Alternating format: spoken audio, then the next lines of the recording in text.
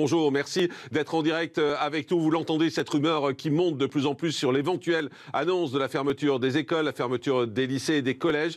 Quelle est votre position là-dessus ? Alors, on entend la rumeur et on sait que de toute façon, on sera les derniers au courant si jamais elle se réalise. Et donc, on n'aura pas du tout été préparé. Nous, ce que l'on dit, c'est que s'il y a un moment, et on l'a toujours dit au SNALC, s'il y a un moment, il faut choisir entre l'école et l'hôpital, on choisira l'hôpital, parce que si le système de santé se casse la gueule, y compris sur un plan régional, c'est tout le reste qui va poser problème.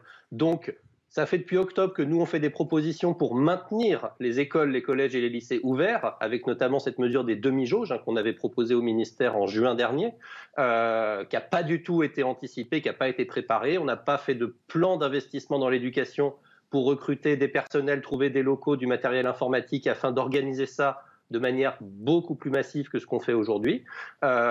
Si jamais on en arrive à fermer, ce sera un échec déjà très clairement gouvernemental, parce qu'on n'aura pas préparé l'école à cette situation-là, qu'on n'aura pas tout mis en œuvre pour réellement lui permettre de rester ouverte, mais avec des conditions sanitaires correctes, notamment dans les cantines. Les cantines en collège, c'est absolument n'importe quoi par rapport à ce qui s'applique dans les restaurants d'entreprise.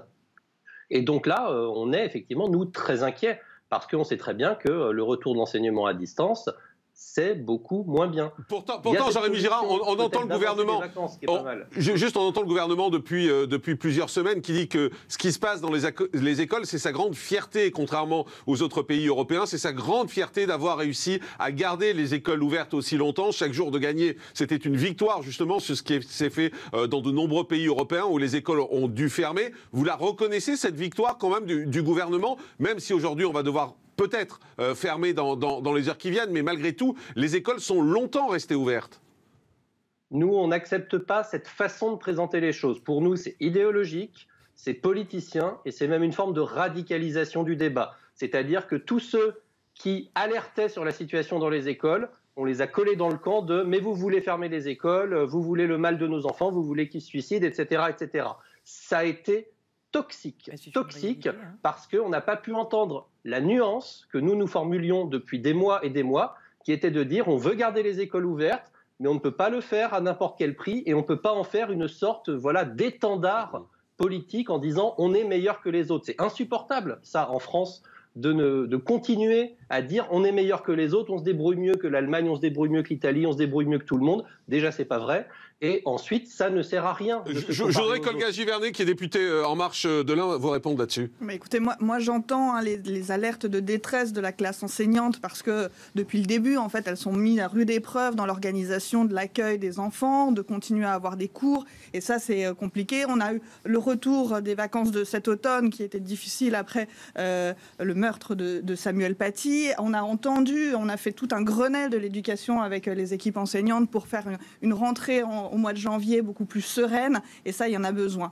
Maintenant, je crois qu'on doit s'attacher au fait que l'école doit se poursuivre, elle doit être en présentiel. Il faut adapter. Oui, les collèges, les lycées, c'est plus compliqué. Mais moi, je tiens à rappeler que le taux de contamination n'est pas plus grand dans les écoles, et ça, on a eu les chiffres. On était à 0,2, 0,3% sur le Havre. Moi, je tiens à on ne teste pas les élèves, vous dit Jean-Rémy Girard. C'est faux, monsieur. C'est faux. C'est moins de 20% des tests qui sont acceptés. Non, c'est faux, parce qu'au Havre, où on a testé toute la population, et on a aussi testé les écoles. Et à ce moment-là, on s'est rendu compte qu'en fait, dans les écoles, il y avait moins de contamination. J'ai des enfants... Essayez de vous écouter un petit peu, s'il vous plaît. Jean-Rémy Girard, juste, vous dites que c'est faux, ce qu'elle dit ? Bien sûr. Les taux d'acceptation des tests en collège et en lycée sont inférieurs à 20%, parce que ce sont des tests nasopharyngés. Il n'y a pas de tests salivaires en collège et en lycée. Les tests salivaires, c'est uniquement dans les écoles primaires, avec un taux d'acceptation de 65%. Ce sont les chiffres donnés par le directeur de cabinet du ministre. Donc ne me dites pas qu'ils sont faux, ou alors vous allez le dire au directeur de cabinet du ministre. Réponse d'Olga Givernet. On écoute la réponse. C'est pas ce que je vous ai dit, monsieur. C'est pas ce que je vous ai dit. Ce que je vous ai dit, c'est qu'il y a eu des endroits où on a testé toute la population. Et je citais le cas du Havre, où on a testé donc aussi les élèves. Et on a pu voir qu'il y avait effectivement un taux qui était moindre pour les enfants. Moi, je regarde par rapport aux vacances dernières. Il y a eu une montée des contaminations chez les les enfants au retour des vacances. Donc il y a un relâchement effectivement quand ils sont hors de l'école. Moi je crois en l'école et je crois en sa capacité de maintenir le retour des vacances. Processus. C'était il y a un mois. La montée, elle a lieu maintenant. Et il y a eu une montée, et ça, les chiffres, on en a. Donc moi, je crois à l'école, je le redis, je crois à l'école qui peut maintenir ses protocoles et qui permet justement aux enfants de rester éloignés et de maintenir les... Merci Jean-Rémy Girard d'avoir été avec nous, président du syndicat national des lycées et des collèges.